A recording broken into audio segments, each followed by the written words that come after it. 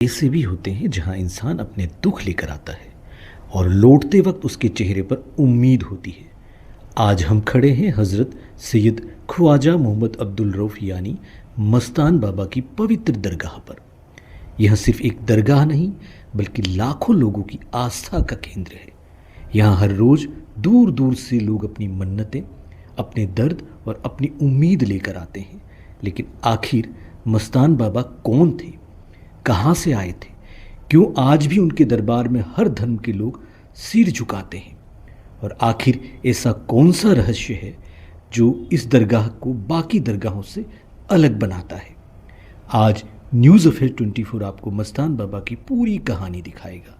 इतिहास, आस्था, करामात और उन अनसुने रहस्यों के साथ जिनके बारे में शायद आपने पहले कभी नहीं सुना होगा। तो आइए शुरू करते हैं मस्तान बाबा की अनसुनी दास्तान। आज हम आए उदयपुर की प्रसिद्ध दरगाह मस्तान शाह बाबा की दरगाह पर। यहाँ सिर्फ मुस्लिम ही नहीं, हिंदू, सिख, ईसाई सभी धर्मों के लोग अपनी आस्था के साथ मन्नत लेके आते हैं। हमें यहाँ कौमी एकता की एक खूबसूरत मिसाल देखने को मिलती है। आइए जानते हैं मस्तान बाबा कौन थे, यहाँ का इतिहास क्या है और यहाँ से चर्चित किस्से क्या क्या हैं। जी, आपका नाम सैयद ख्वाजा अब्दुल रऊफ़ मस्तान शाह बाबा रहमतुल्लाह अलैह। आप वक्त के कुतुब हैं। मैं दरगाह खादिम हूँ यहाँ का, हयाती से खादिम हूँ मैं यहाँ पे। और जो है यहाँ उर्स होते हैं, सरकार की बहुत सारी करामतें हैं। 1973 में बाढ़ आई थी तो आप पुलिया के ऊपर बैठे रहे, बाढ़ टूट गई, पुलिया टूट गई, लेकिन आप महफूज रहे। सारा प्रशासन, अमला, सब जो है जनता परेशान थी कि बाबा कहाँ गए, लेकिन बाबा मौजूद रहे।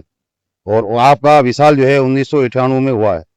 और यहाँ के चेयरमैन जो है जनाब शेम इब्राहिम साहब, बेंगलोर से जो है, उस वक्त आप उड़न केंद्र सरकार के उड़न मंत्री थे, वो आपके यहाँ के चेयरमैन है। और आपका दफीना, जमीन खरीदना, ये सारा शेम इब्राहिम साहब ने ही किया है। आप कितने साल से यहाँ खादिम हैं?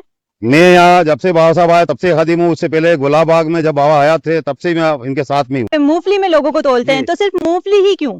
मूंगफली इसलिए कि आप हयाती में मूंगफली छीलते थे। कोई दुखी, परेशान, बीमार आदमी जो आता था, उसकी कोई मन्नत मुराद होती थी तो आप फरमाते मूंगफली लाओ, और मूंगफली आप खुद छीलते थे और उसको देते, उसके अंदर शिफा है।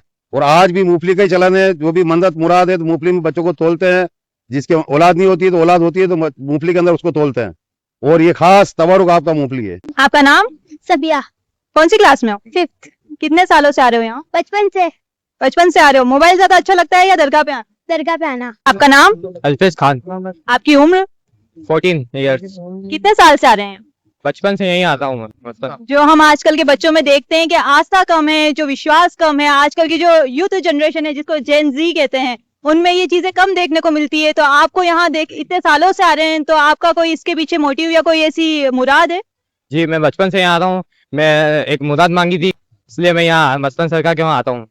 आपकी कोई मन्नत? हाँ, मन्नत ही हमारे पोती हुई, लड़के औलाद हुई मेरे बच्चे की, जो उसके हिसाब से आए थे, तो आपकी मन्नत पूरी होने पे आए हैं। उन्होंने पाएगी।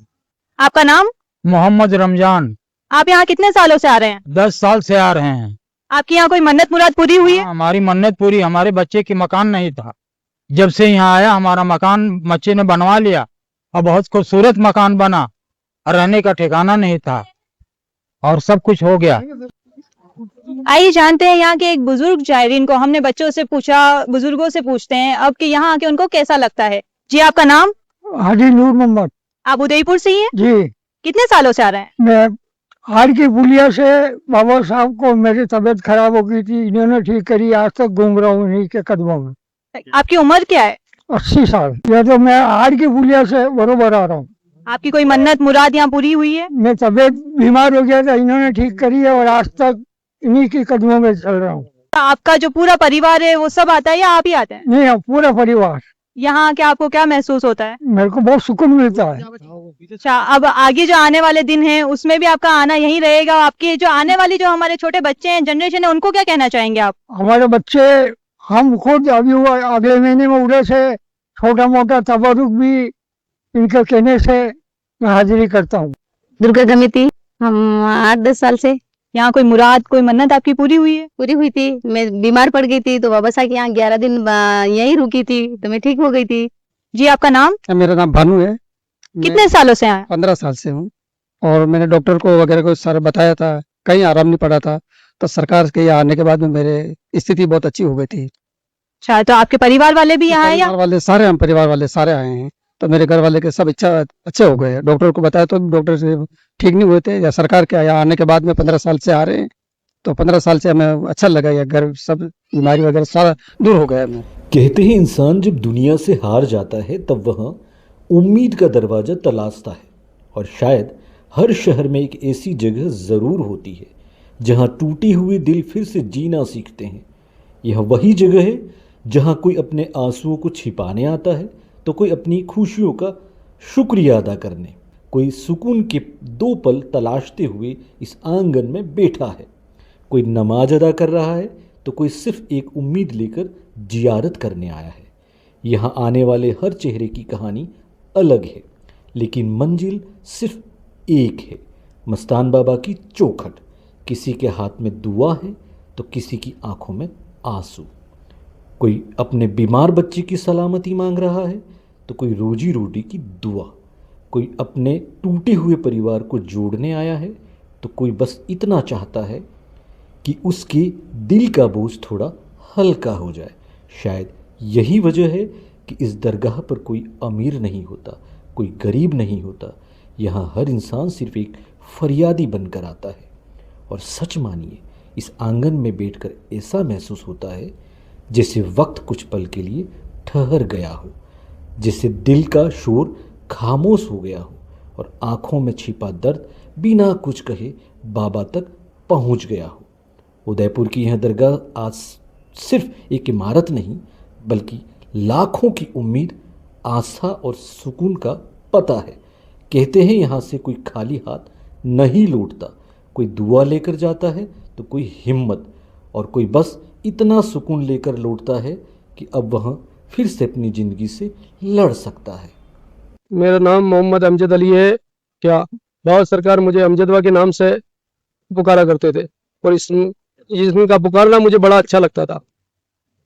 और भारत सरकार के बारे में क्या बताऊं मैं, बहुत सी करामातें हैं जो बेहिसाबो किताब है। जो भी यहाँ पे जिस तरीके से भी आता है, एक आईने की तरह है, जिसने जैसा आईना देखा उसको वैसी सूरत में, जो जिस मुराद से आता है वो मुराद पूरी हो जाती है। आप कितने सालों से हैं यहाँ? मैं तो पैदाइशी भारत सरकार की गोदों में पला हुआ हूँ। क्या मेरे नाना जान जो भारत सरकार के दोस्त रह चुके हैं, क्या भारत सरकार की बारगाह में मेरे नाना और भारत सरकार साथ रहा करते थे, तो भारत सरकार ही की बदौलत हम हमारे नाना के सिलसिले से हम भारत सरकार के साथ चले आ रहे हैं। यहाँ हमने एक चीज देखी जो कौमी एकता है, हिंदू मुस्लिम सिख ईसाई सभी धर्मों के लोग हमने यहाँ देखे, तो उस बारे में आपका क्या कहना है? हर बार ये लोग आते हैं या अभी अभी आना शुरू है? नहीं, ये भारत सरकार की हयाती से ही चले आ रहे हैं। जो आइड की बुनियाद से ही लोग, हिंदू मुसलमान सिख ईसाई सभी धर्मों के लोग भारत सरकार से जिस तरीके से मोहब्बत रखते थे उस तरीके से उनको उसका फैज मिलता था। अस्सलाम वालेकुम व रहमतुल्लाहि बरकातहू। मैं ज़ैनुल आबिदीन शेख दरगाह मस्तान बाबा से। करीबन मेरे वालिद साहब को यहाँ पर 40 साल से 45 साल हो गए सरकार की हयाती से लगाकर। अल्हम्दुलिल्लाह आज तक हम इसी तरीके से सरकार की खिदमत करते आए हैं। और मैं ज़ैनुल आबिदीन शेख यहाँ की दरगाह की देखरेख करता हूँ, और लोबान रात की खिदमत जो 3 बजे होती है वो मैं करता हूँ, और सुबह की खिदमत वालिद साहब और वालिद साहब के दीगर साथ में जो खिदमत गुजार है, मोइन और दीगर और भी खुद्दाम है सरकार के, वो सब दिन की खिदमत संभालते हैं। हम रात की खिदमत संभालते हैं, जिसमें मोनाज और मैं खिदमत संभालता हूँ। और भी खुद्दाम है सरकार के, सरकार शकील भाई है, गुलफेज है, हम दरगाह के खिदमत गुजार है। कितनी पीढ़ियों से हैं आप? हम ये दूसरी पीढ़ी है। अच्छा, क्या उम्र है आपकी? मेरी 24 साल की एज है। आपका नाम? मेरा नाम मोइन खान है। आपका पद? मेरा पद तो हम खुद्दाम है यहाँ पर जो खिदमत करते हैं सरकार। कितने सालों से हैं? काफी साल हो गए, छोटा सा था तब से कर रहे हैं। हमारे उस्ताद है खालिद साहब, खालिद भाई नाम है उनका, उनके साथ में ही लगे हुए हैं। जी, आपका नाम? इकबाल बेग, आपका पद? सेक्रेटरी हूँ।